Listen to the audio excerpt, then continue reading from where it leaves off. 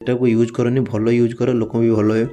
ତ ସେ ଜିନିଷକୁ ପ୍ଲିଜ୍ ସମସ୍ତେ ୟୁଜ୍ କରନ୍ତୁନି, ଏଭଏଡ଼୍ କରନ୍ତୁ। ଆଉ ଯଦି ବି ମେଳା ମହୋତ୍ସବ ଯାଉଛନ୍ତି ଟିକେ ଦେଖିକି ଖାଆନ୍ତୁ।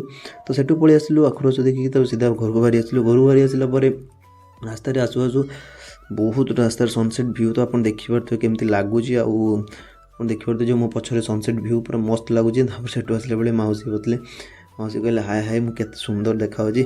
ମୁଁ ପୁରା ପୁରା ପୁରା ପାଗଳ ହେଇଯିବି, ଏତେ ବି ସୁନ୍ଦର ଦେଖାଯାଉଛି ନା ମୁଁ। ତାପରେ ମାଉସୀ କହିଲେ ଦେ ମୁଁ ଟିକେ ଭିଡ଼ିଓ କରିନେଉଛି, ବହୁତ ସୁନ୍ଦର ଦେଖାଯାଉଛି। ଇଏ ଯେ ମୋର ମଝିଆ ମାଉସୀ।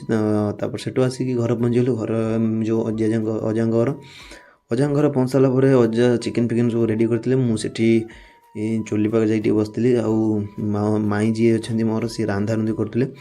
ତ ଚିକେନ୍ଟି ବି ପୁରା ସ୍ମେଲ୍ ସିଆଡ଼ୁ ଆସିଥିଲେ ପୁରା ଭୋକରେ, ତ ସିଆଡ଼େ କିଛି ଖାଇନଥିଲେ, ବହୁତ ଡଷ୍ଟ ଥିଲା ବୋଲି।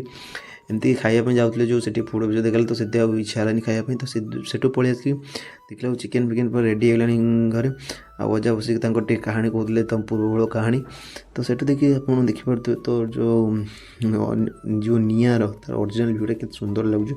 ସେଠୁ ମାନେ କଦଳୀପତ୍ର କାଟି କୁଟାକି ରେଡ଼ି କରିଦେଇଥିଲେ। ଆଉ ମାଉସୀ ସେଠି ବାଡ଼ି ବୁଡ଼ାଇକି ସବୁ ପୁରା ରେଡ଼ି କରିଦେଇଥିଲେ। ଆମକୁ ଭୋକ ବହୁତ ଜୋର ଲାଗିଥିଲା। ତ ତାପରେ ମୁଁ କଦଳୀପତ୍ର ନେଇ ଆସିଲି। କଦଳୀପତ୍ର ନେଇ ଆସିକି ତା ଭିତରେ ମାଉସୀ ଟେଷ୍ଟ କରି କହୁଥିଲେ ଚିକେନ୍ଟା କେମିତି ହେଇଛି ଟିକେ ଦେଖିନେବ। ତାଙ୍କର ତ ହାତର ମସ୍ତ ଟେଷ୍ଟ, ଜାଣିପାରୁଥିବେ ଆପଣ କେମିତି ହେଇଥିବ ତାଙ୍କ ଚିକେନ୍ଟା। ତ ତା ଭିତରେ କଦଳୀପତ୍ର, ଆଉ କଦଳୀପତ୍ର ଯେଉଁ ଖାଇବା ଗୋଟେ ଟେଷ୍ଟ, କିଏ ଖାଇଛନ୍ତି ପ୍ଲିଜ୍ କମେଣ୍ଟ କରିକି କହିବେ ନିହାତି।